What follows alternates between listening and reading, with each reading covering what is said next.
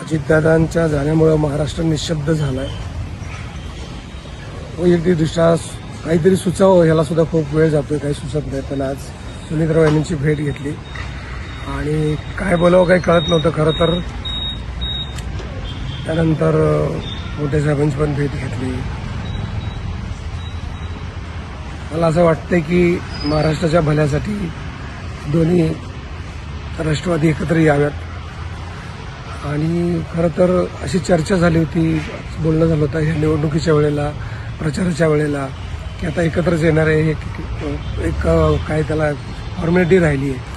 असं असताना हे असं अचानक काहीतरी व्हावं हे महाराष्ट्राच्या दृष्टीने फार वाईट झालं.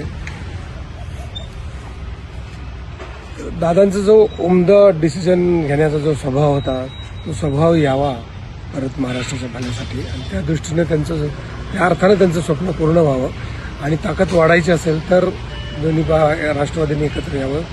या निमित्तानं मला असं सांगावं असं वाटतंय. बाकी होणाऱ्या दुःखाबद्दल तर आपण बोलू शकत नाही, सध्या कोणीच काही करू शकत नाही.